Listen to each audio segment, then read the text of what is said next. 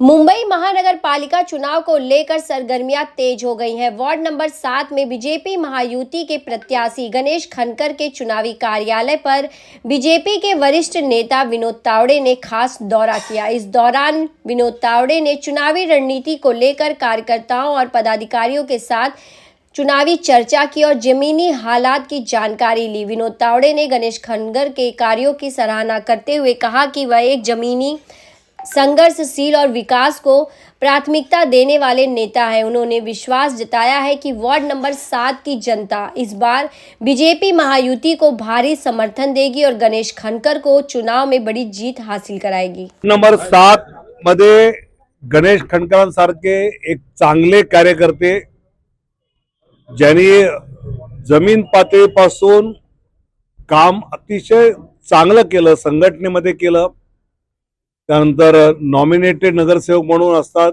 त्याच्यामध्ये केलं, वेगवेगळ्या समित्यांमध्ये केलं आणि सामान्य माणसाशी नाळ जुळलेला कार्यकर्ता म्हणून गणेशजींचा परिचय आहे। वॉर्ड नंबर 7च्या नागरिकांसाठी ही संधी आहे की आपल्यासाठी काम करणारा कार्यकर्ता, पावसात पाणी तुंबलं तर कोण दिसणार, तर गणेश खनकर दिसणार।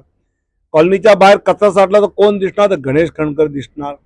अडी अडचणीला आपल्या मुलांच्या शाळांमधला काही प्रश्न आला तर कोण दिसणार, गणेश खनकर दिसणार। असा एक कार्यकर्ता नगरसेवक निवडून द्यायची तुम्हाला संधी मिळते। 15 तारखेला विसरू नका।